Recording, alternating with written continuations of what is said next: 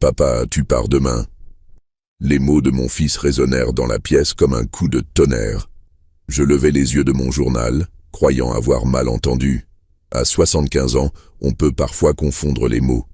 Mais le visage fermé de Philippe ne laissait aucun doute. « Je pars. »« Oh » demandai-je, la voix tremblante. Philippe ouvrit la bouche pour répondre, mais Sylvie, ma belle-fille, qui observait la scène depuis l'encadrement de la porte, s'avança d'un pas décidé. Son regard glacial croisa le mien avant de se poser sur mon fils.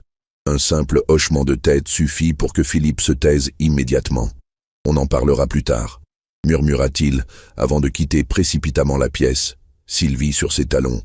Je restai là, paralysé, mon journal froissé entre mes doigts, tremblant. Que venait-il de se passer? Où voulait-il m'envoyer? Et pourquoi Sylvie avait-elle empêché mon fils de me répondre? La vérité me frappa alors comme un coup de poing. Ils avaient pris une décision me concernant sans même me consulter.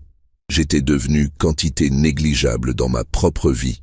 3 jours plus tard, je me retrouvais dans une chambre austère de la maison de retraite Les Cèdres, mes quelques affaires entassées dans 2 valises usées.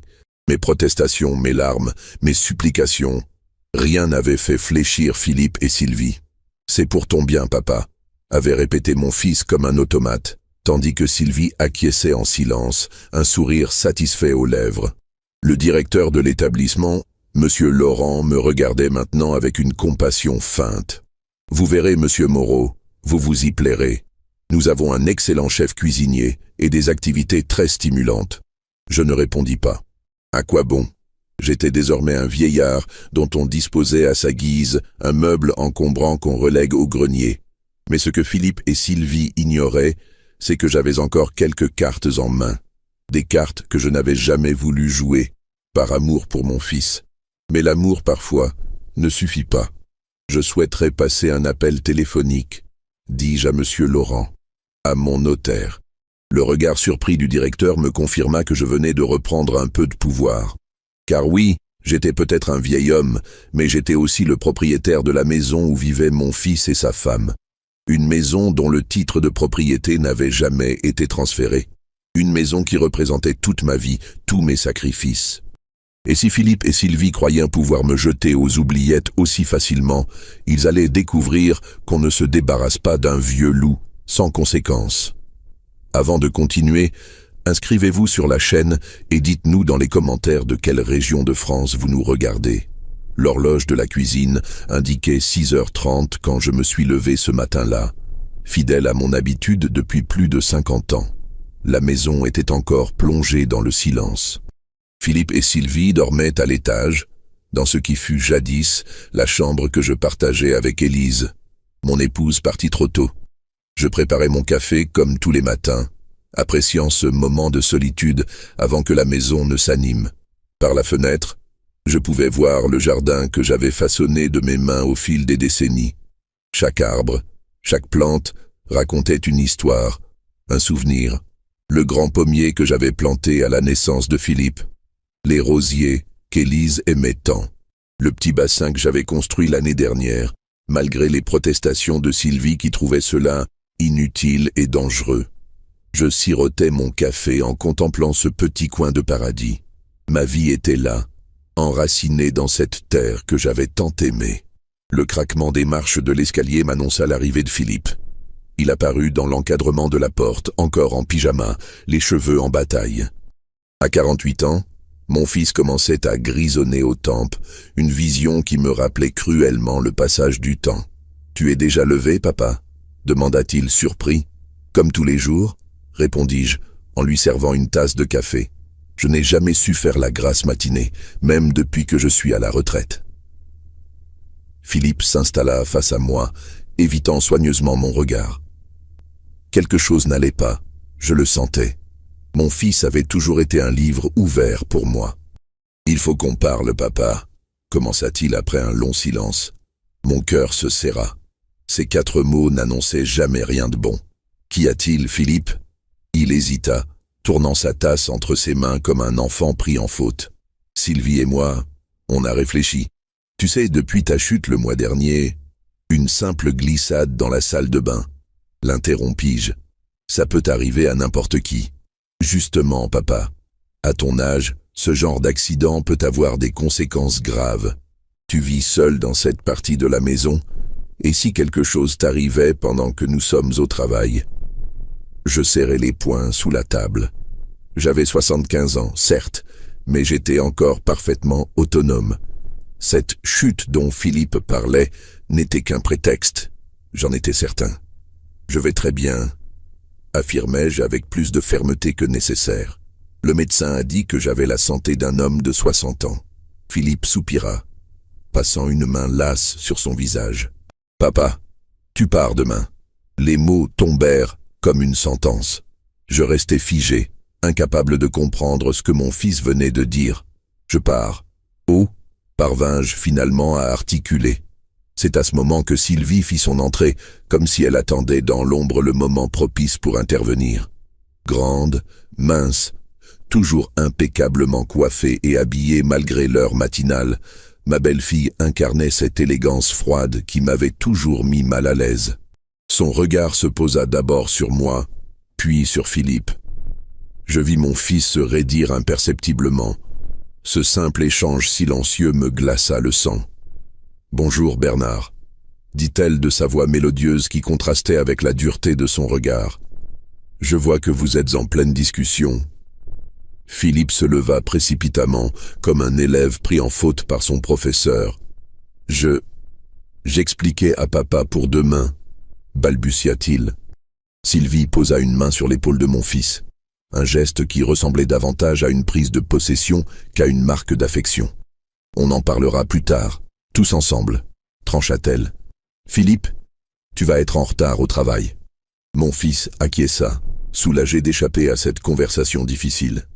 Il quitta la cuisine sans un regard pour moi, me laissant seul face à Sylvie. « Vous devriez commencer à préparer vos affaires, Bernard, » dit-elle en se servant une tasse de café.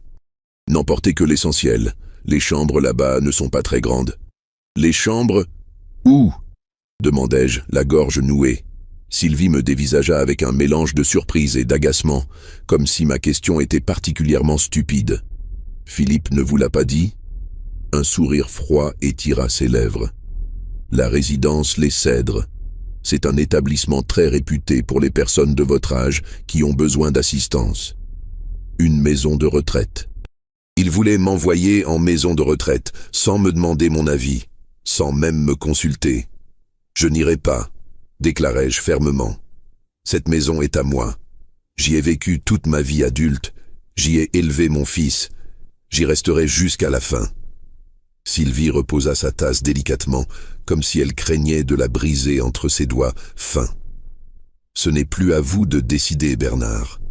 Philippe a votre procuration depuis votre opération de la hanche il y a 2 ans. Les papiers sont déjà signés. » Je sentis le sol se dérober sous mes pieds. C'était donc ça. Ils avaient utilisé cette fichue procuration que j'avais signée lors de mon hospitalisation. Une simple formalité administrative que mon fils m'avait présentée comme une précaution temporaire. C'était pour les décisions médicales, protestai-je, la voix tremblante de colère et de peur. Pas pour me priver de ma liberté. Ne soyez pas si dramatique, soupira Sylvie en levant les yeux au ciel. C'est pour votre bien. Philippe s'inquiète pour vous. Et franchement, cette maison est beaucoup trop grande pour nous 3. Vous serez mieux entourés aux Cèdres. Il y a des gens de votre âge, des activités adaptées. Adaptées à quoi? À attendre la mort en jouant au bingo? Ma réplique cinglante lui fit plisser les yeux de colère. Vous voyez, c'est exactement ce genre d'attitude qui nous conforte dans notre décision. Vous devenez amer, Bernard. Ce n'est pas bon pour vous, ni pour nous. Philippe est constamment stressé à cause de vos sautes d'humeur. Je serrai les poings si fort que mes ongles s'enfoncèrent dans mes paumes. Mes sautes d'humeur. Je vis dans l'aile est de la maison, je ne vous dérange pratiquement jamais. La vérité, c'est que vous voulez la maison pour vous seul. Vous n'avez jamais supporté ma présence ici, n'est-ce pas, Sylvie? Elle ne prit même pas la peine de nier. Cette maison a du potentiel. Avec quelques travaux, elle pourrait prendre énormément de valeur.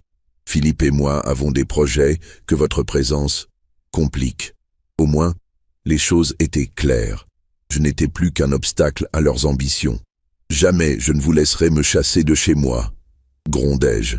Sylvie se leva, lissant d'un geste élégant sa jupe impeccable. C'est déjà fait, Bernard. Le taxi viendra vous chercher demain à 10 heures. Je vous conseille d'accepter la situation avec dignité.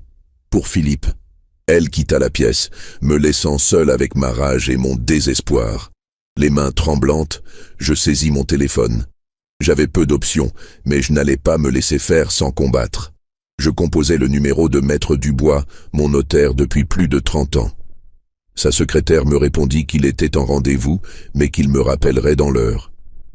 En attendant, je montai dans ma chambre et ouvris le petit coffre dissimulé dans mon armoire.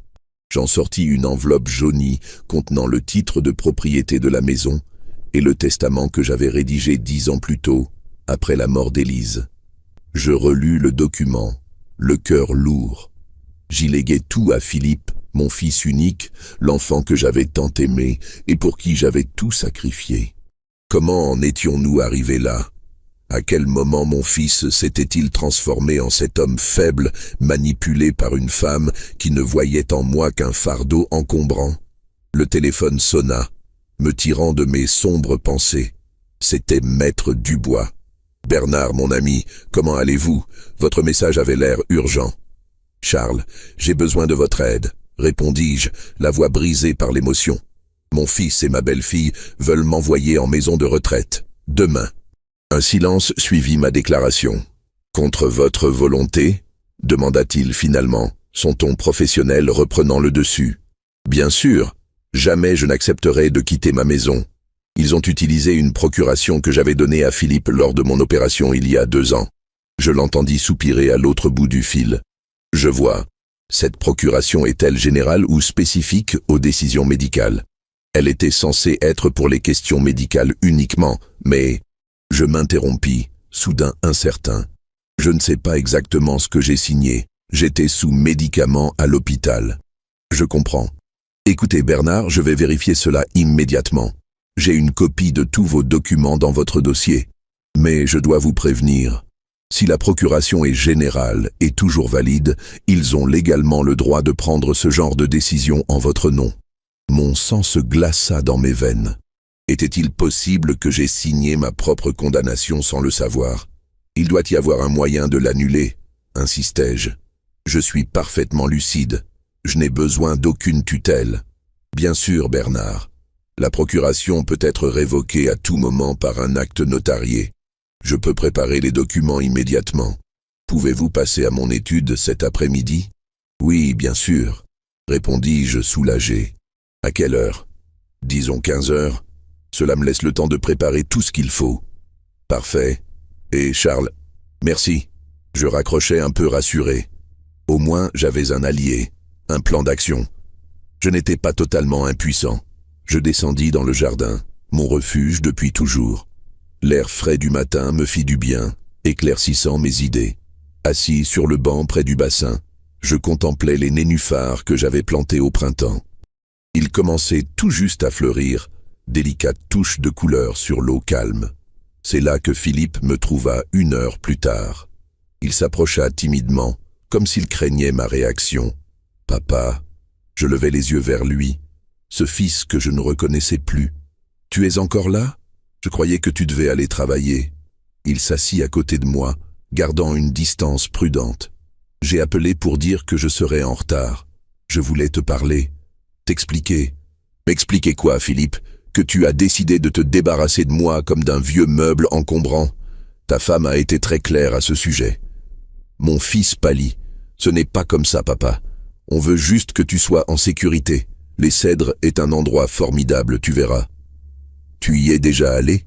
Il détourna le regard, gêné. « Sylvie a fait des recherches. C'est elle qui s'est occupée de tout. » « Bien sûr. Sylvie. Toujours Sylvie. Tu te souviens quand ta mère est tombée malade ?» demandai-je soudainement. Philippe me regarda, surpris par ce changement de sujet. « Oui, bien sûr. Elle aurait pu aller dans un établissement spécialisé, les médecins me l'ont suggéré, mais j'ai refusé. Je lui ai promis qu'elle finirait ses jours dans notre maison, entourée de ceux qui l'aimaient. J'ai pris un congé sans solde pour m'occuper d'elle. Pendant 8 mois, j'ai été à ses côtés jour et nuit. Les yeux de Philippe s'embuèrent de larmes. Je m'en souviens, papa. Tu as été admirable. Je ne cherche pas à être admiré, Philippe. Je te rappelle simplement ce que signifie prendre soin de ceux qu'on aime. Ce n'est pas les expédier loin de chez eux à la première difficulté. Mon fils baissa la tête, honteux. Les temps ont changé, papa. On travaille tous les deux, Sylvie et moi. On ne peut pas t'offrir le même niveau de soins. Je n'ai pas besoin de soins, m'emportai-je. J'ai glissé dans la salle de bain. Une fois, n'importe qui peut glisser. Tu as passé 2 heures par terre avant que je rentre et te trouve, répliqua-t-il. Et si tu t'étais cassé quelque chose? Si tu avais eu une attaque? Je secouai la tête, las de ces arguments que j'avais déjà entendus 100 fois. J'ai rendez-vous avec Maître Dubois à 15 heures aujourd'hui, annonçai-je, pour révoquer ta procuration. Philippe se redressa brusquement, le visage soudain dur. Tu n'as pas le droit de faire ça. C'est là que tu te trompes, mon fils. J'ai tous les droits. Cette maison est à moi, ma vie est à moi, mes décisions sont à moi. Sylvie ne va pas accepter ça, murmura-t-il, comme pour lui-même. Et c'est là que je compris pleinement l'étendue du problème. Ce n'était pas Philippe qui voulait se débarrasser de moi. C'était elle. Et mon fils était trop faible pour lui tenir tête. C'est ta femme qui décide de tout maintenant, même du sort de ton propre père. Il se leva, le visage fermé. Tu ne comprends pas, papa. Notre situation est compliquée. La maison a besoin de travaux, les finances sont serrées. Alors c'est bien une question d'argent, conclus-je amèrement. Vous voulez la maison pour vous seul, peut-être même la vendre. Son silence fut plus éloquent que n'importe quelle réponse. Philippe, regarde-moi, ordonnai-je. Regarde-moi bien, et dis-moi que c'est ce que tu veux vraiment. M'envoyer finir mes jours parmi des étrangers. Mon fils leva vers moi des yeux troublés, tiraillés entre sa loyauté envers sa femme et l'amour qu'il me portait malgré tout. « Je veux ce qu'il y a de mieux pour toi, papa », murmura-t-il finalement. « Alors laisse-moi décider ce qui est mieux pour moi. » Il secoua la tête, reculant déjà vers la maison. « Je dois y aller. On reparlera de tout ça ce soir. » Je le regardais s'éloigner, le cœur lourd. J'avais toujours cru que les liens du sang étaient plus forts que tout, que l'amour d'un père pour son fils, et réciproquement, pouvait résister à toutes les tempêtes. Aujourd'hui, j'en doutais pour la première fois. Je restais encore un moment dans le jardin, puisant du réconfort dans ce petit coin de paradis que j'avais créé au fil des ans. Puis, résolu, je rentrai dans la maison pour préparer mon rendez-vous avec le notaire. L'heure n'était plus aux lamentations, mais à l'action. Dans mon bureau, je rassemblais tous les documents dont je pourrais avoir besoin. Actes de propriété, testament, relevé bancaire et cette fameuse procuration que je regrettais amèrement d'avoir signée. Alors que je fouillais dans mes papiers, mes mains tombèrent sur un vieux cahier que je n'avais pas ouvert depuis des années. Le journal intime d'Élise. Je caressais la couverture usée, hésitant à l'ouvrir. C'était comme si un peu de la présence de ma femme subsistait dans ces pages jaunies par le temps. Finalement, je me décidai à l'ouvrir, cherchant peut-être dans les mots d'Élise la force qui me manquait. La dernière entrée datait de quelques semaines avant sa mort. Bernard s'épuise à prendre soin de moi. Je vois bien qu'il ne dort presque plus, qu'il néglige sa propre santé. Mais son amour me porte chaque jour un peu plus loin. Sans lui, j'aurais abandonné depuis longtemps. C'est cela, le véritable amour. Être prêt à tout sacrifier pour l'autre, sans jamais compter, sans jamais regretter. J'espère que Philippe comprendra un jour la chance qu'il a d'avoir un tel père. Les larmes me montèrent aux yeux. Élise avait toujours su voir, au-delà des apparences, toucher l'essentiel. Et aujourd'hui, son souhait pour notre fils semblait bien loin de se réaliser. Je refermai doucement le journal, le replaçant soigneusement dans le tiroir. Il était temps de partir pour mon rendez-vous avec Maître Dubois. Alors que je m'apprêtais à quitter la maison, Sylvie apparut dans l'entrée, les bras croisés sur sa poitrine. « Où allez-vous, Bernard » demanda-t-elle, suspicieuse. « Cela ne vous regarde pas » répondis-je froidement en attrapant mon manteau. Elle s'approcha, bloquant délibérément mon passage. « Au contraire, Philippe s'inquiète pour vous, Il m'a demandé de veiller à ce que vous ne fassiez rien d'imprudent. Je la fixai droit dans les yeux, refusant de me laisser intimider. « Écartez-vous, Sylvie, je suis encore chez moi, et j'ai le droit d'aller où bon me semble. » Un sourire glacial étira ses lèvres parfaitement maquillées. « Pour l'instant, Bernard, pour l'instant. » La menace était à peine voilée.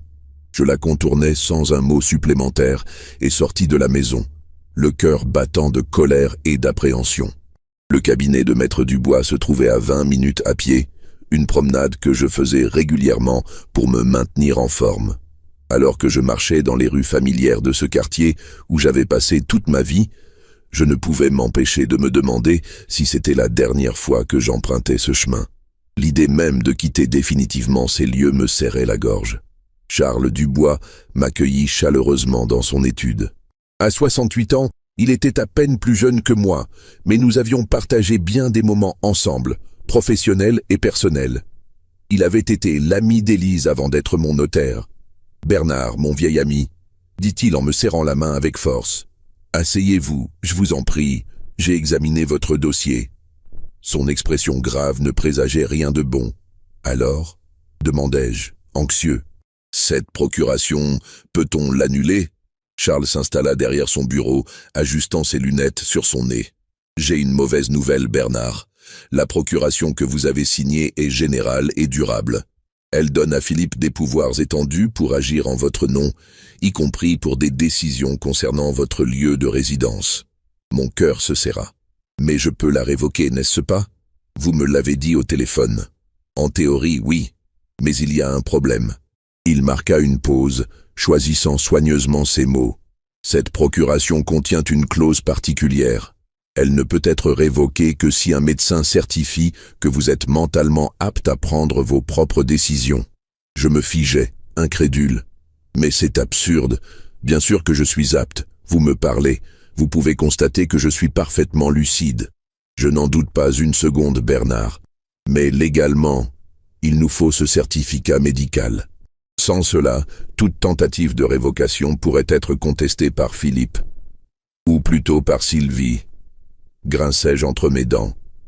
Charles hocha la tête, compréhensif. J'ai pris la liberté de contacter le docteur Legrand. Il peut vous recevoir dans 1 heure pour effectuer cette évaluation. Je poussai un soupir de soulagement. Le docteur Legrand était mon médecin traitant depuis des décennies. Il me connaissait mieux que personne et ne se laisserait pas berner par les manipulations de Sylvie.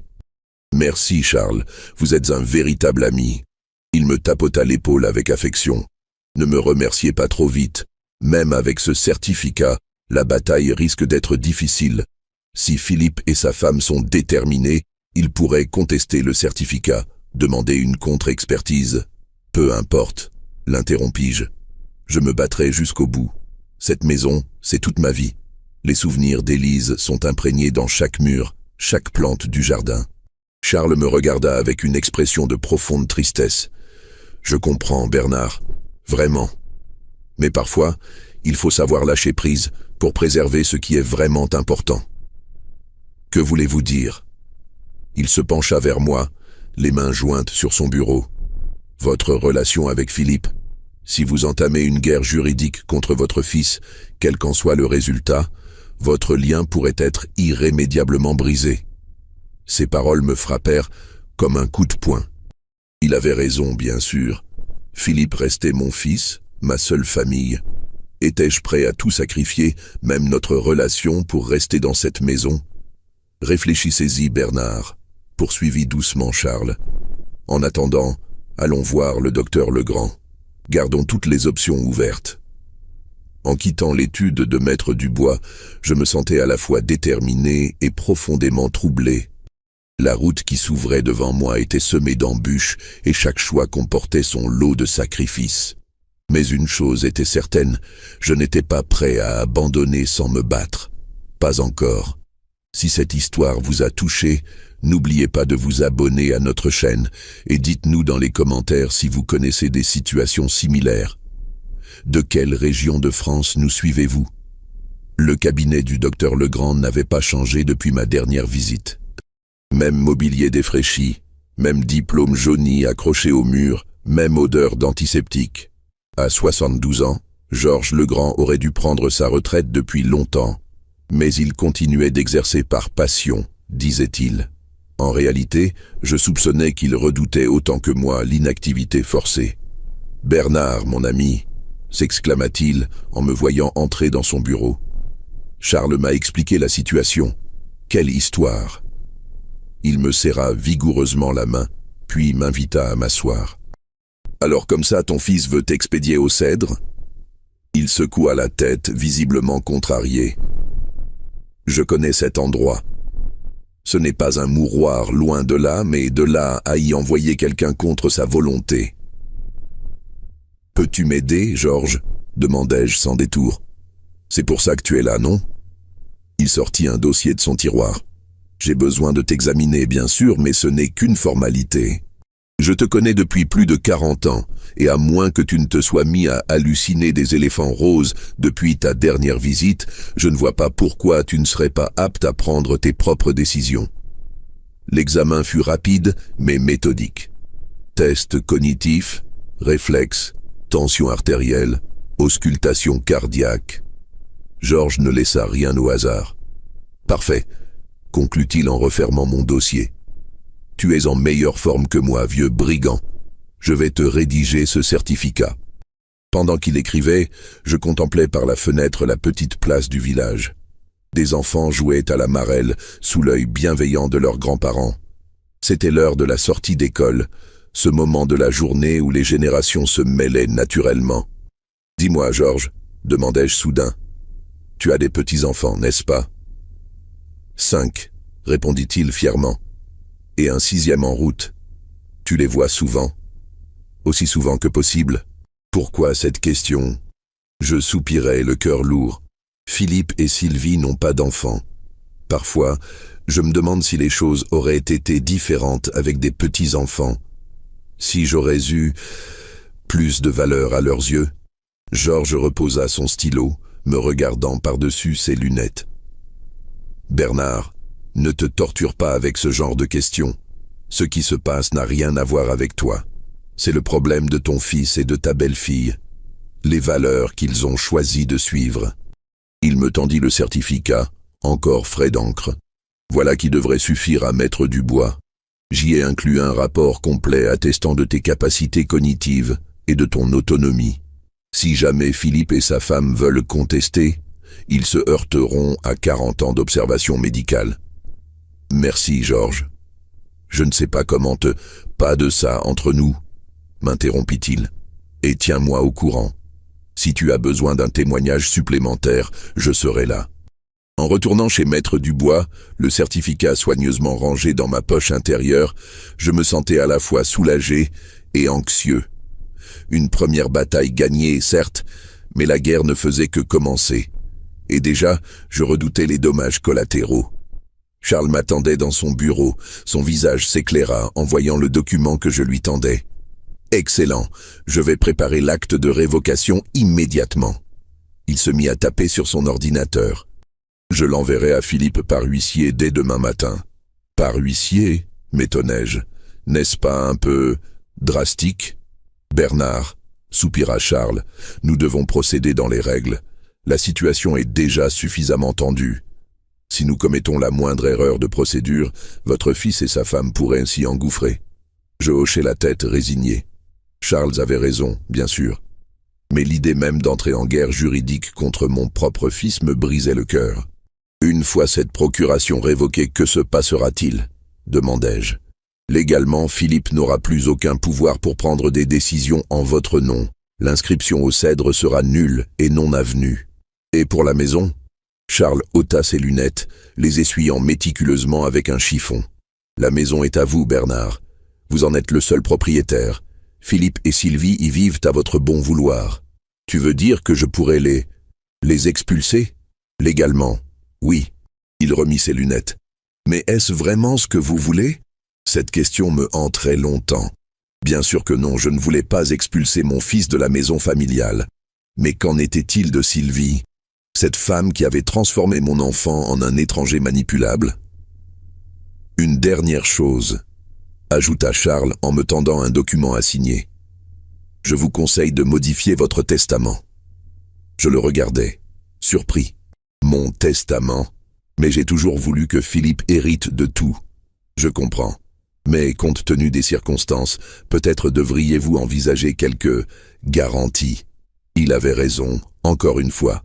À contre-cœur, je signai l'autorisation lui permettant de préparer un nouveau testament. En sortant de l'étude, je consultai ma montre. 16h30. Philippe et Sylvie ne rentreraient pas avant 18h. J'avais du temps devant moi, mais pour faire quoi? Retourner dans cette maison où je n'étais plus le bienvenu? Errer dans les rues comme un vieillard désorienté? Mes pas me menèrent naturellement vers le petit café de la place, le terminus, où je retrouvais parfois d'anciens collègues retraités comme moi. Henri, le patron, m'accueillit avec son enthousiasme habituel. « Bernard, ça fait un bail, la table du fond est libre comme d'habitude. » Je m'y installais, commandant un café serré. Le terminus était l'un de ces lieux intemporels, préservés de la frénésie moderne.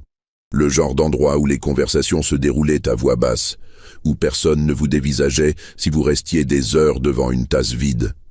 « Tu as l'air préoccupé, mon vieux », remarqua Henri en déposant ma commande. « Des soucis ?» Quelque chose dans sa sollicitude sincère fit céder mes défenses. Avant même de m'en rendre compte, je lui racontai tout.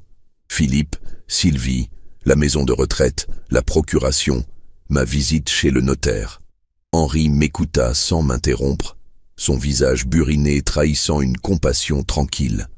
Quand j'eus terminé, il posa sa large main sur mon épaule. « Tu sais, Bernard, mon frère a vécu quelque chose de similaire avec son fils. Sauf que lui n'a pas eu ton courage. Il s'est laissé faire. Aujourd'hui, il dépérit dans une résidence à 20 kilomètres d'ici où personne ne va jamais le voir. Il a abandonné la maison qu'il avait construite de ses mains, tous ses souvenirs. Pourquoi? Pour ne pas déplaire à un fils qu'il a oublié aussitôt la porte refermée. » Ces paroles résonnèrent douloureusement en moi. Était-ce là ce qui m'attendait si je cédais? L'abandon, l'oubli, cette mort sociale qui précède souvent la mort physique? Tu as bien fait de te battre? Poursuivit Henri. Ce n'est pas juste pour toi, c'est aussi pour tous ceux qui n'ont pas ta force. Trop de vieux sont traités comme des meubles encombrants dans ce pays. Nous fûmes interrompus par l'entrée fracassante d'un groupe de jeunes, bruyants et insouciants. Henri s'excusa et retourna à son comptoir. Je restai seul avec mes pensées, sirotant mon café devenu froid. À 17h45, je réglai ma consommation et pris le chemin du retour. Le ciel s'était assombri, annonçant un orage imminent. Une métaphore appropriée pour ce qui m'attendait à la maison, pensai-je avec ironie. Je n'avais pas encore atteint le portail que j'aperçus la voiture de Philippe dans l'allée. Il était rentré plus tôt que prévu. Prenant une profonde inspiration, je franchis le seuil de la maison qui était la mienne depuis plus de 50 ans, mais où je me sentais désormais comme un intrus. Des voix animées provenaient du salon. Je reconnus immédiatement celle de Sylvie, inhabituellement aiguë, et celle plus grave de Philippe, qui tentait visiblement de la calmer. « Je te l'avais dit qu'il préparait quelque chose, mais tu ne m'as pas écouté, comme d'habitude. Sylvie, calme-toi. Nous ne savons même pas où il est allé aujourd'hui. Ne sois pas naïf, il est allé voir son notaire, c'est évident. Je n'avais pas l'intention d'espionner, mais leur voix portait, et ma curiosité était légitime. Je m'approchai silencieusement. « Et alors ?» répliqua Philippe avec une fermeté qui me surprit. « C'est son droit. Cette maison lui appartient, après tout. Tu es son fils unique. Tout ceci te reviendra un jour. Pourquoi devons-nous attendre ?» Le choc de ces paroles me figea sur place. Alors c'était bien cela. Sylvie n'attendait que ma mort pour mettre la main sur mon patrimoine. Et mon fils, mon propre fils, était complice de cette cupidité. « Ne parle pas comme ça », murmura Philippe, mais sans réelle conviction. « Il s'agit de mon père. Ton père qui te manipule depuis toujours. Qui t'a fait culpabiliser pour que tu reviennes vivre ici après notre mariage? Qui refuse de comprendre que cette maison est bien trop grande pour lui seul? Il n'est pas seul puisque nous sommes là. » Exactement. Nous sommes là. Et pourtant c'est lui qui décide de tout. Qui nous interdit la moindre rénovation? Qui s'accroche à chaque vieillerie comme si c'était un trésor? J'en avais assez entendu. Je fis volontairement craquer le parquet sous mes pieds, annonçant ma présence. Les voix se turent instantanément. J'entrai dans le salon, affrontant leurs regards. Philippe, assis sur le canapé, semblait pétrifié. Sylvie, debout près de la fenêtre, avait ce sourire crispé qu'elle réservait à nos confrontations. « Bonsoir », dis-je simplement. « Je vois que vous êtes rentré plus tôt aujourd'hui. » Un silence pesant s'installa. Philippe fut le premier à le rompre. « Papa, où étais-tu » On s'inquiétait. « Vraiment » répondis-je avec une ironie non dissimulée. « Pourtant, demain, mon absence ne vous inquiétera plus, n'est-ce pas, puisque vous m'aurez confortablement installé au cèdre. » Sylvie s'avança, les bras croisés sur sa poitrine. « Vous étiez chez votre notaire, n'est-ce pas? Qu'avez-vous manigancé, Bernard ?» Sa question directe me prit au dépourvu. Je m'étais attendu à des subterfuges, pas à une confrontation frontale. « Effectivement, » répondis-je calmement. « J'ai révoqué la procuration de Philippe. Vous recevrez l'acte par huissier demain matin. » L'effet fut immédiat. Sylvie blêmit, puis ses joues s'empourprèrent de colère. Philippe, lui, semblait presque soulagé. « Vous ne pouvez pas faire ça !» s'écria Sylvie. « Cette procuration est irrévocable, sauf si un médecin certifie que je suis mentalement apte à gérer mes propres affaires, ce que le docteur Legrand a fait aujourd'hui même. » Je sortis le certificat de ma poche et le posai sur la table basse. Philippe s'en saisit, le parcourant rapidement du regard, tandis que Sylvie fulminait en silence. « Cela signifie, poursuivis-je, que je ne partirai nulle part demain, ni après-demain, ni jamais, tant que je serai vivant et en bonne santé. » Sylvie s'approcha de moi menaçante. « Vous croyez avoir gagné, n'est-ce pas? Mais ce n'est que partie remise. Philippe a signé tous les papiers pour les cèdres.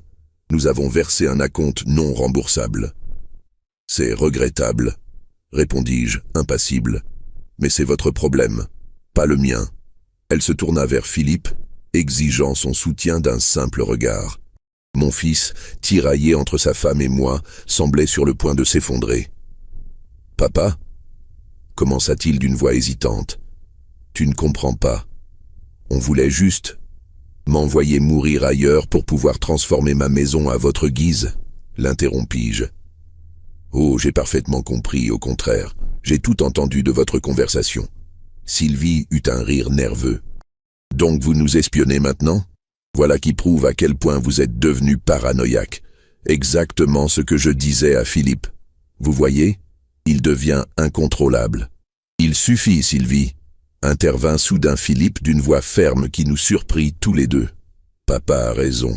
Nous n'aurions jamais dû prendre cette décision sans lui en parler clairement. » Le visage de ma belle-fille se décomposa. « Tu n'es pas sérieux? Tu vas encore te laisser attendrir par ces manipulations, comme toujours? » « Ce n'est pas de la manipulation de vouloir rester chez soi, » répliqua Philippe. « Papa a pris soin de maman jusqu'à la fin. Il mérite qu'on fasse de même pour lui. » Je regardais mon fils avec une émotion nouvelle. Était-il possible qu'il retrouve enfin sa voix, son jugement propre? « Parfait !» s'exclama Sylvie, exaspérée. « Puisque c'est comme ça, c'est toi qui t'occuperas de lui quand il ne pourra plus monter les escaliers, quand il tombera à nouveau, quand il faudra l'accompagner à ses rendez-vous médicaux. Je refuse d'être l'infirmière de ton père. »« Personne ne te le demande, » répondis-je calmement. « Je suis encore parfaitement autonome, et quand je ne le serai plus, j'engagerai une aide à domicile, avec mon argent. » Sylvie me lança un regard assassin, puis quitta la pièce en claquant la porte. Nous entendîmes ses pas précipités dans l'escalier, puis une nouvelle porte claquer à l'étage.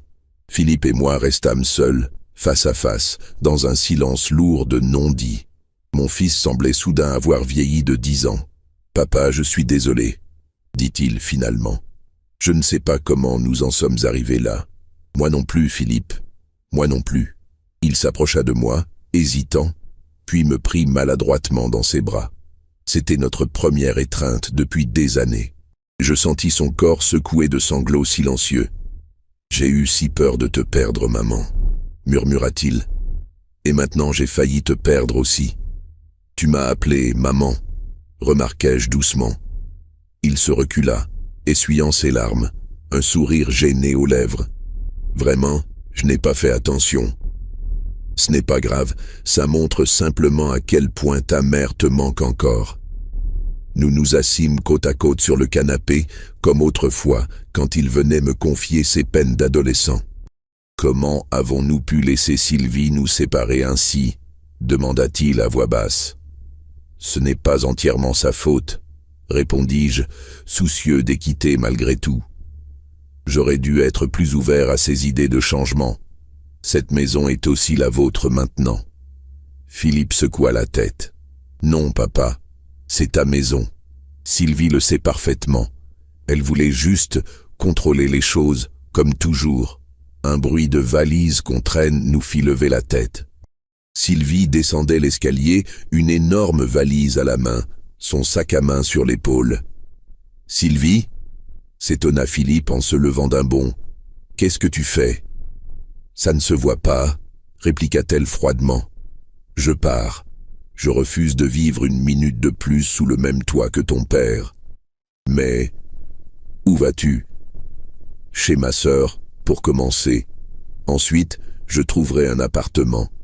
Tu es libre de me rejoindre quand tu auras enfin coupé le cordon avec ton père. » Philippe resta pétrifié, incapable de réagir. Je me levai à mon tour, m'interposant entre eux. « Sylvie, » dis-je avec tout le calme dont j'étais capable, « ne faites pas ça. Nous pouvons trouver un arrangement. Cette maison est suffisamment grande pour que chacun ait son espace. » Elle me toisa avec mépris. « Trop tard, Bernard. Vous avez gagné cette manche. Profitez-en bien. » Elle se tourna vers Philippe. « Tu as jusqu'à la fin de la semaine pour choisir. Lui ou moi. » Sur ces mots, elle sortit, nous laissant méduser. Nous entendîmes le moteur de sa voiture démarrer, puis s'éloigner dans la nuit tombante.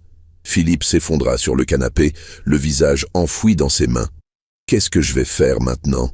gémit-il. Je m'assis à côté de lui, posant une main hésitante sur son épaule. « Je suis désolé, Philippe. Je ne voulais pas que les choses aillent si loin. Ce n'est pas ta faute, soupira-t-il. Sylvie a toujours été excessive. Elle reviendra quand elle se sera calmée. Je n'en étais pas si sûr, mais je gardais cette pensée pour moi. Mon fils avait besoin de réconfort, pas de vérité cruelle. Tu veux que je te prépare quelque chose à manger ? Proposai-je. Il secoua la tête. Non, merci, je n'ai pas faim. Il se leva péniblement. Je vais me coucher. Demain sera un autre jour. Je le regardais monter l'escalier, voûté comme un vieillard. Cette victoire avait un goût amer. J'avais peut-être sauvé ma place dans cette maison, mais à quel prix ? Étais-je prêt à voir mon fils malheureux pour préserver mon confort ? Cette nuit-là, je dormis mal, hanté par ces questions sans réponse. Au petit matin, un bruit de moteur me réveilla. Je me précipitai à la fenêtre juste à temps pour voir un taxi s'éloigner. Sur le perron, une valise abandonnée, celle de Philippe. Mon cœur se serra. Il était parti. Sans un mot, sans un au revoir. Parti rejoindre Sylvie, évidemment. Il avait fait son choix. Je descendis lentement les escaliers, mes jambes soudain lourdes. Dans la cuisine, je trouvai une enveloppe posée bien en évidence sur la table. Mon nom y était inscrit de la main de Philippe. Avec des doigts tremblants, je l'ouvris. « Papa, je suis désolé de partir ainsi, mais je n'avais pas le courage d'affronter ton regard. Je dois rejoindre Sylvie, non pas parce que je l'aime plus que toi, mais parce qu'elle est ma femme, pour le meilleur et pour le pire. J'ai fait une promesse, tout comme toi tu en avais fait une à maman. Sache que je ne t'en veux pas, tu as eu raison de te battre pour rester chez toi. J'aurais dû être plus fort, plus lucide. J'aurais dû voir que Sylvie manipulait la situation. Je reviendrai te voir bientôt, quand les choses se seront apaisées. En attendant, prends soin de toi. J'ai demandé à Georges Legrand de passer te voir régulièrement. Je t'aime, Philippe. » Les larmes me brouillaient la vue. Mon fils était parti, mais il ne m'avait pas abandonné. Pas complètement. Il y avait de l'espoir dans cette lettre, l'espoir d'une réconciliation future. Je m'assis lourdement sur une chaise, la lettre serrée contre mon cœur. La maison semblait soudain immense et terriblement vide. J'avais gagné le droit d'y rester, mais à quel prix? Le tintement de la sonnette me tira de ma torpeur. Je me dirigeais vers la porte d'entrée, me demandant qui pouvait bien venir si tôt. Était-ce déjà l'huissier avec l'acte de révocation? Ou Philippe qui aurait changé d'avis? J'ouvris la porte pour découvrir Maître Dubois sur le seuil, l'air grave. « Charles, que fais-tu ici à cette heure ?»« Bonjour Bernard. Puis-je entrer? J'ai quelque chose d'important à te dire. » Je m'effaçai pour le laisser passer, intrigué par cette visite matinale. « Un café ?» proposai-je machinalement. « Volontiers. » Dans la cuisine, je mis la cafetière en route, observant mon vieil ami du coin de l'œil. Il semblait nerveux, tripotant sa serviette en cuir. « Alors ?» demandai-je en posant 2 tasses devant nous. « Qu'est-ce qui t'amène si tôt ?» Charles prit une profonde inspiration. « Bernard, j'ai reçu un appel hier soir, de Sylvie. » Je me raidis, soudain sur mes gardes. « Sylvie? Comment a-t-elle eu ton numéro ?»« Elle est passée à mon étude après avoir quitté votre maison. Ma secrétaire lui a donné mon numéro personnel. » Il grimaça. « J'aurai une conversation avec elle à ce sujet. »« Et que voulait Sylvie ?» demandai-je, bien que redoutant la réponse. Elle m'a dit qu'elle allait contester le certificat médical du docteur Legrand, prétendre qu'il est biaisé en ta faveur en raison de votre amitié. Elle veut demander une expertise indépendante. Je sentis une colère froide m'envahir. Elle peut essayer. Georges est un médecin respecté, son évaluation est irréprochable. Ce n'est pas tout, poursuivit Charles, visiblement mal à l'aise. Elle affirme avoir des preuves de ton instabilité émotionnelle, des enregistrements de disputes, des témoignages de voisins. Des mensonges, m'écriai-je. Quel voisin? Je m'entends bien avec tout le monde dans le quartier. Je te crois, Bernard. Mais Sylvie est déterminée. Elle a même mentionné la possibilité de demander une mise sous tutelle judiciaire. Cette fois, c'en était trop. Je me levai brusquement, renversant ma tasse de café. Une tutelle? Pour quel motif? Parce que je refuse qu'on me jette dehors comme un vulgaire paquet. Calme-toi, s'il te plaît, me supplia Charles. C'est exactement ce genre de réaction qu'elle espère provoquer. Il avait raison, bien sûr. Je me rassis, tentant de maîtriser ma respiration. « Que me conseilles-tu » demandai-je finalement. Charles réfléchit un moment. « Nous devons contre-attaquer, mais intelligemment. D'abord, je vais demander une attestation supplémentaire à Georges Legrand, plus détaillée. Ensuite, nous allons recueillir des témoignages de tes voisins, amis, anciennes relations professionnelles, pour prouver ton équilibre mental et ton autonomie. Et pour Philippe ?» Mon ami soupira. « Philippe est majeur, Bernard. S'il choisit de soutenir sa femme contre toi, nous ne pouvons rien y faire. Il est parti ce matin, murmurai-je, pour la rejoindre. » Charles me regarda avec compassion. « Je suis désolé, vraiment, mais nous devons nous concentrer sur ta défense maintenant. Sylvie ne plaisante pas et elle a visiblement de la ressource. » Nous passâmes l'heure suivante à élaborer une stratégie.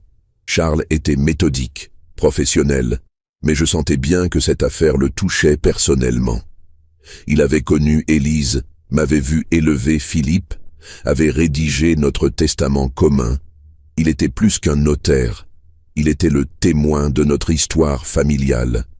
Alors qu'il s'apprêtait à partir, une dernière question me vint à l'esprit. « Charles, si jamais je perds cette bataille et que je me retrouve sous tutelle ou au cèdre, qu'adviendra-t-il de la maison ?» Mon ami me regarda droit dans les yeux. « C'est pour ça que j'ai insisté pour modifier ton testament, Bernard. Si tu es déclaré inapte, la maison sera placée sous la protection d'une fiducie que j'administrerai personnellement. Ni Philippe ni Sylvie ne pourront y toucher sans ton consentement explicite. » Pour la première fois depuis des jours, je souris sincèrement. « Tu as pensé à tout. C'est mon métier, » répondit-il simplement, « et aussi ce que font les amis. » Après son départ, je me retrouvais seul dans cette grande maison pleine de souvenirs.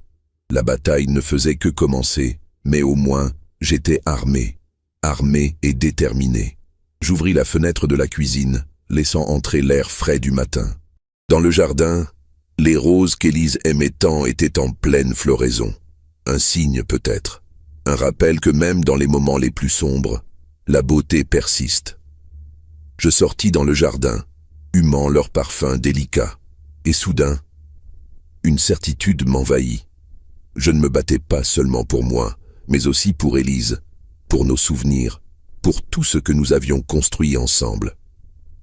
Cette maison n'était pas qu'un bien immobilier à protéger, c'était le sanctuaire de notre amour. « Je tiendrai bon, Élise », murmurai-je, « je te le promets. » Une légère brise caressa mon visage comme une réponse venue de l'au-delà, et pour la première fois depuis longtemps, je me sentis en paix, malgré la tempête qui s'annonçait.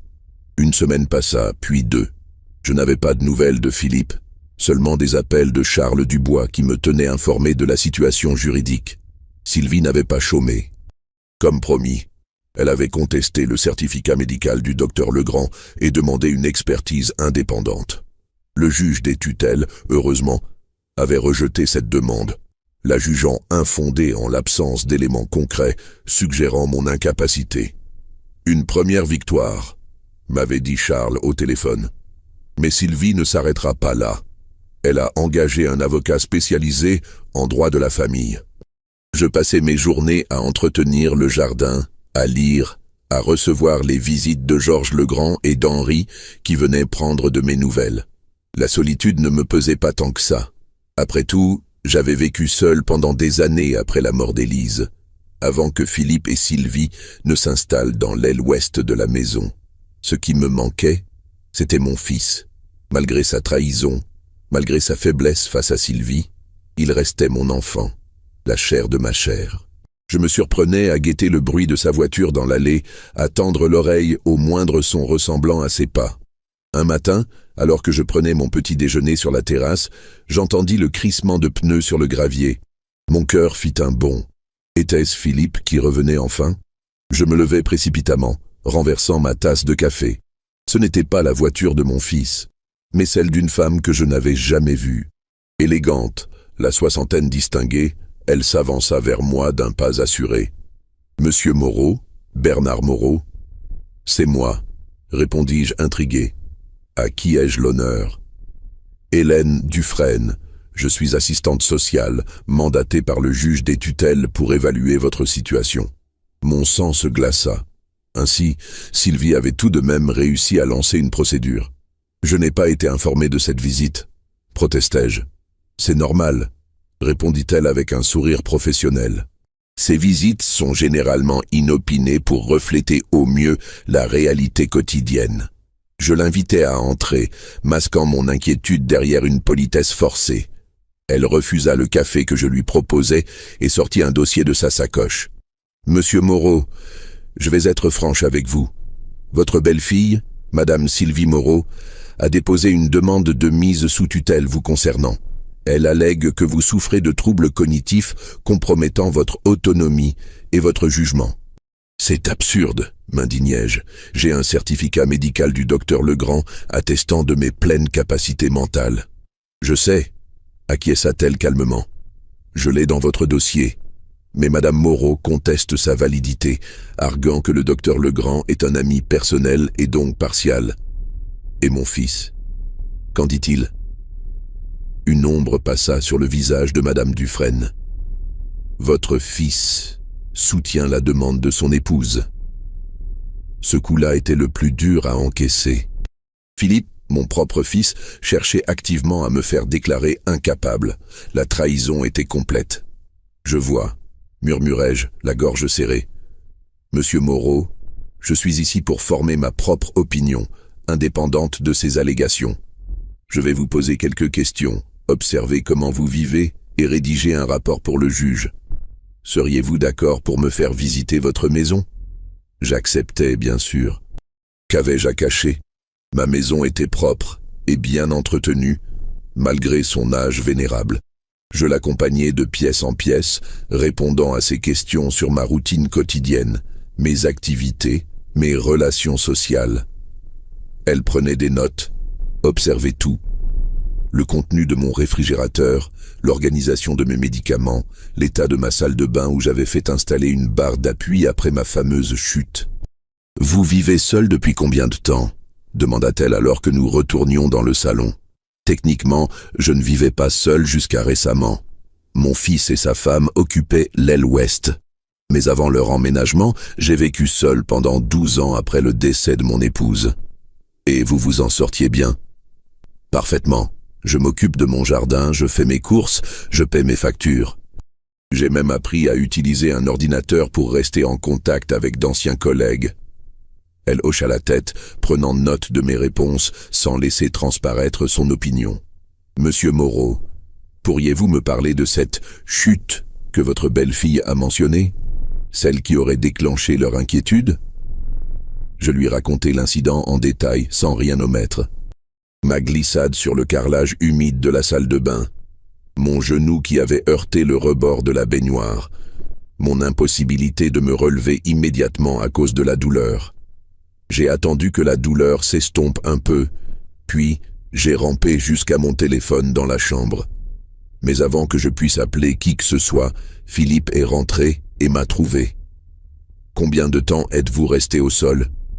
2 heures environ. Philippe en a fait toute une histoire, mais franchement ça aurait pu arriver à n'importe qui. Madame Dufresne me regarda par-dessus ses lunettes. Effectivement, monsieur Moreau, mais vous comprenez que pour votre fils, vous voir ainsi a dû être un choc. Bien sûr que je le comprends, mais de là à vouloir m'expédier en maison de retraite? Elle reposa son stylo, me fixant avec attention. Monsieur Moreau, avez-vous envisagé que votre fils et votre belle-fille aient pu agir par réelle inquiétude pour votre bien-être? La question me prit au dépourvu. Avais-je été trop prompte à voir de la malveillance dans leurs actions? J'ai du mal à le croire quand j'entends Sylvie parler de vendre la maison dès que je ne serai plus là. Elle a vraiment dit cela? Je l'ai entendu de mes propres oreilles. Elle parlait à Philippe, ne sachant pas que j'étais rentré. Madame Dufresne nota cette information, son visage restant impassible. Une dernière question, si vous le permettez. Si vous deviez un jour perdre votre autonomie, qu'aimeriez-vous qu'il advienne de vous? Je réfléchis un moment avant de répondre. Je voudrais rester ici, dans ma maison, aussi longtemps que possible, avec de l'aide à domicile si nécessaire. Je n'exclus pas l'idée d'un établissement spécialisé si mon état devenait vraiment critique, mais ce serait en dernier recours, et surtout, ce serait ma décision. Elle hocha la tête, referma son dossier et se leva. Je vous remercie pour votre temps et votre franchise, monsieur Moreau. Mon rapport sera remis au juge dans les prochains jours. Il décidera alors s'il y a lieu de poursuivre la procédure ou de la classer sans suite. Allez, je la raccompagnai jusqu'à sa voiture, anxieux malgré ses manières courtoises. Son rapport pouvait soit me sauver, soit me condamner à une vie que je ne voulais pas. Vous savez, dit-elle avant de monter dans son véhicule, j'ai vu beaucoup de situations similaires à la vôtre dans ma carrière. Les conflits familiaux autour des personnes âgées sont malheureusement fréquents. Mais ils se résolvent souvent de façon inattendue. Sur ces paroles énigmatiques, elle me salua et disparut au bout du chemin, me laissant seul avec mes pensées et mes craintes. Les jours suivants furent un supplice.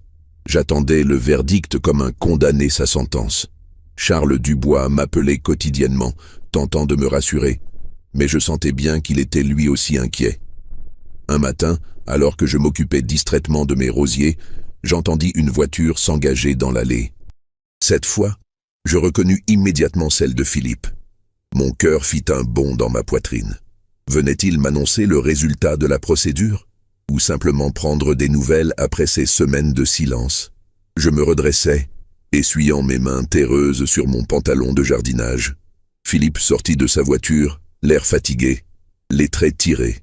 Il hésita un instant, avant de s'avancer vers moi. « Bonjour, papa. »« Philippe ?» répondis-je, la voix étranglée par l'émotion. « Tu as l'air épuisé. » Un pâle sourire traversa son visage. « Je le suis. Ces dernières semaines ont été éprouvantes. » Un silence inconfortable s'installa entre nous. Tant de choses à dire, et pourtant, les mots semblaient tout nous fuir. « Tu veux entrer ?» proposai-je finalement. « Je peux faire du café. » Il acquiesça, et nous nous dirigeâmes vers la maison sans un mot de plus. Dans la cuisine, je m'affairai à préparer le café, cherchant à occuper mes mains tremblantes. « L'assistante sociale est venue, » dis-je en lui tendant sa tasse, « Madame Dufresne. » Philippe baissa les yeux, visiblement mal à l'aise. « Je sais. Sylvie me l'a dit. » Tu savais aussi pour la demande de mise sous tutelle apparemment. Il soupira profondément. Papa, écoute. Non, toi, écoute-moi, l'interrompis-je fermement. Je comprends que tu sois partagé entre ta femme et moi, je comprends que tu veuilles la soutenir, mais chercher à me faire déclarer incapable, me priver de ma liberté, de ma dignité, comment as-tu pu? Philippe releva la tête, et je fus surpris de voir ses yeux brillants de larmes. Je n'ai pas signé cette demande, papa. Je ne l'ai même pas soutenue. Mais l'assistante sociale a dit, elle s'est trompée, ou Sylvie lui a menti. J'ai refusé catégoriquement de cautionner cette démarche. Il passa une main lasse sur son visage.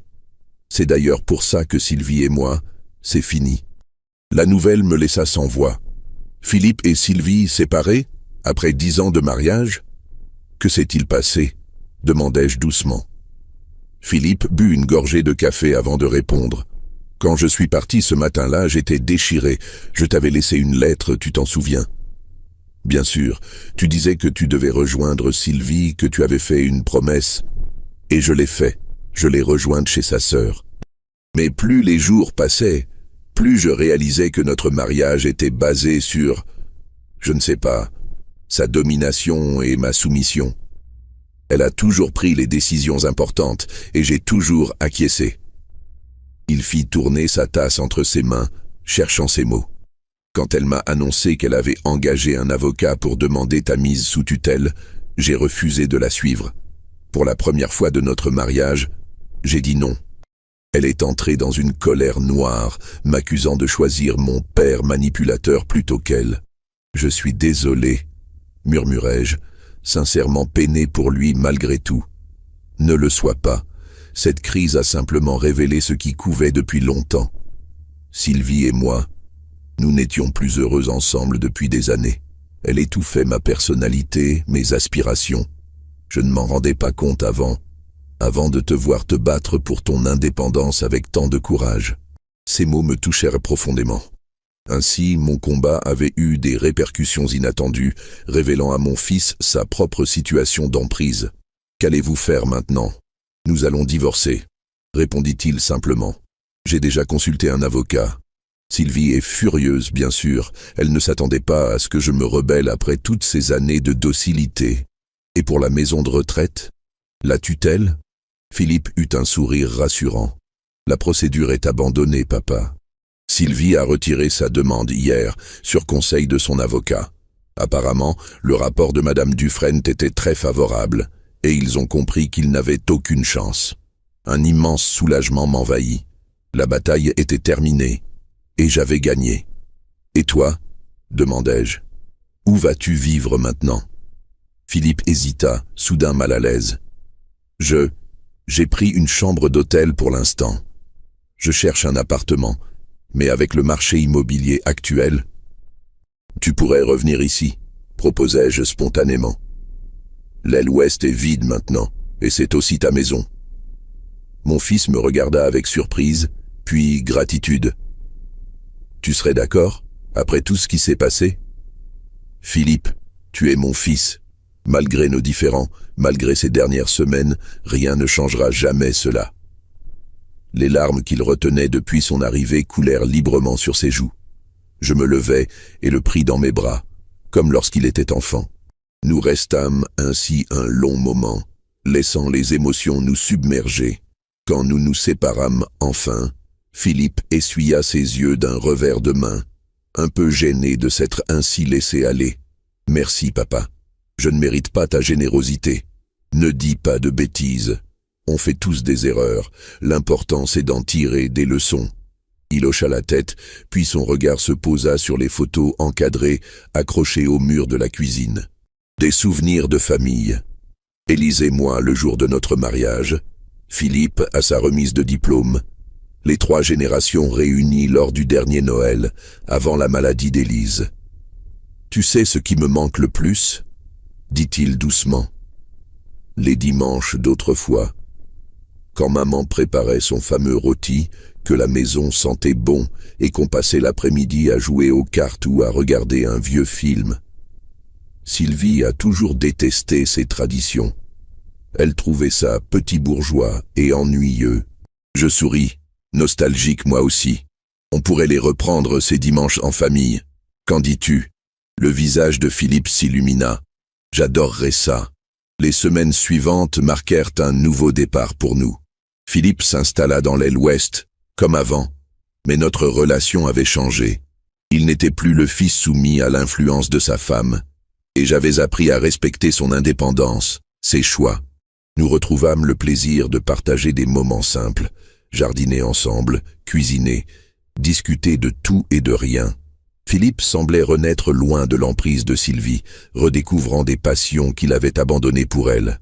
Un matin d'automne, alors que nous prenions notre petit déjeuner sur la terrasse, Philippe aborda un sujet qui me prit au dépourvu. « Papa, j'ai réfléchi à quelque chose. Tu te souviens de cette chute qui a déclenché toute cette histoire? Comment l'oublier? Soupirai-je. Sylvie n'avait pas entièrement tort sur un point. Cette maison n'est peut-être plus totalement adaptée à une personne âgée vivant seule. Je me raidis immédiatement sur la défensive. Tu ne vas pas recommencer avec l'idée de la maison de retraite? Absolument pas, s'empressa-t-il de me rassurer. Je pensais plutôt à quelques aménagements. Un monte-escalier par exemple. Des barres d'appui supplémentaires dans la salle de bain, une réorganisation de la cuisine pour que tout soit plus accessible.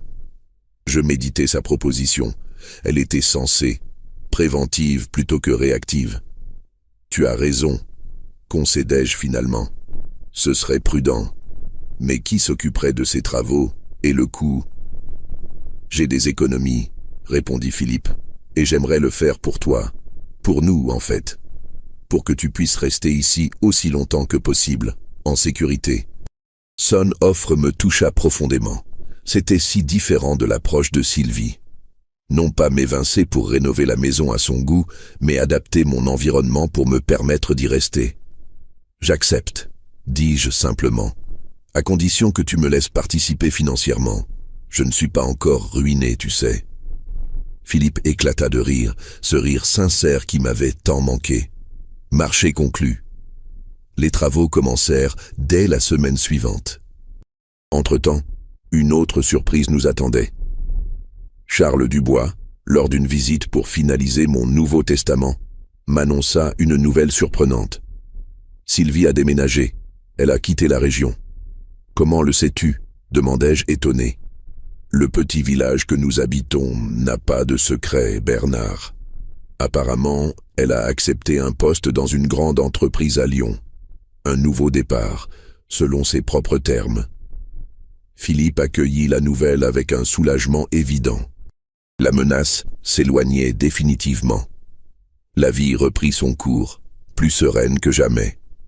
Les travaux d'aménagement de la maison furent achevés avant l'hiver, me permettant de circuler en toute sécurité, malgré mes articulations parfois récalcitrantes. Un dimanche de décembre, alors que la neige tombait doucement sur le jardin, nous préparions ensemble le fameux rôti d'Élise, suivant scrupuleusement sa recette. L'odeur familière envahit la cuisine, ravivant des souvenirs que je croyais enfouis. « Elle serait fière de nous, tu sais », dit Philippe en disposant les pommes de terre autour de la viande. « De voir que nous avons réussi à préserver l'essentiel. » « Oui, acquiesçai-je, ému. Élise a toujours su ce qui comptait vraiment. Alors que j'ouvrais une bouteille de vin pour accompagner notre repas, je repensais au chemin parcouru depuis ce jour fatidique où Philippe m'avait annoncé « Papa, tu pars demain ». Le désespoir que j'avais ressenti, la trahison, la colère, tout cela semblait maintenant si lointain. « À quoi penses-tu » demanda mon fils en remarquant mon air pensif. Je pensais à la vie, à ses détours inattendus. Comment une crise peut finalement mener à quelque chose de meilleur. Philippe hocha la tête, comprenant parfaitement ce que je voulais dire. Sans cette histoire, je serais peut-être encore avec Sylvie, malheureux sans oser l'admettre. Et toi, tu serais peut-être au cèdre, complétai-je avec un petit rire, à jouer au bingo en attendant la fin. Nous trinquâmes, savourant ce moment de complicité retrouvée. Plus tard, installé dans le salon devant un vieux film français, je me laissai aller à une douce somnolence. Mon regard tomba sur le journal intime d'Élise que j'avais ressorti pour Philippe. Il le lisait attentivement, découvrant ou redécouvrant les pensées de sa mère. Je souris en fermant les yeux. La maison était toujours là, solide et accueillante autour de nous. Les souvenirs d'Élise imprégnaient chaque recoin, chaque objet. Et surtout, mon fils était revenu vers moi, plus fort, plus lucide. La bataille avait été rude, mais elle en valait la peine. Car au final, ce n'était pas seulement pour une maison que je m'étais battu, mais pour le respect, la dignité et le droit de choisir ma propre voie, jusqu'au bout. Et ça, personne ne pourrait jamais me l'enlever. Mes amis, cette histoire vous a-t-elle touché? A-t-elle résonné avec vos propres expériences?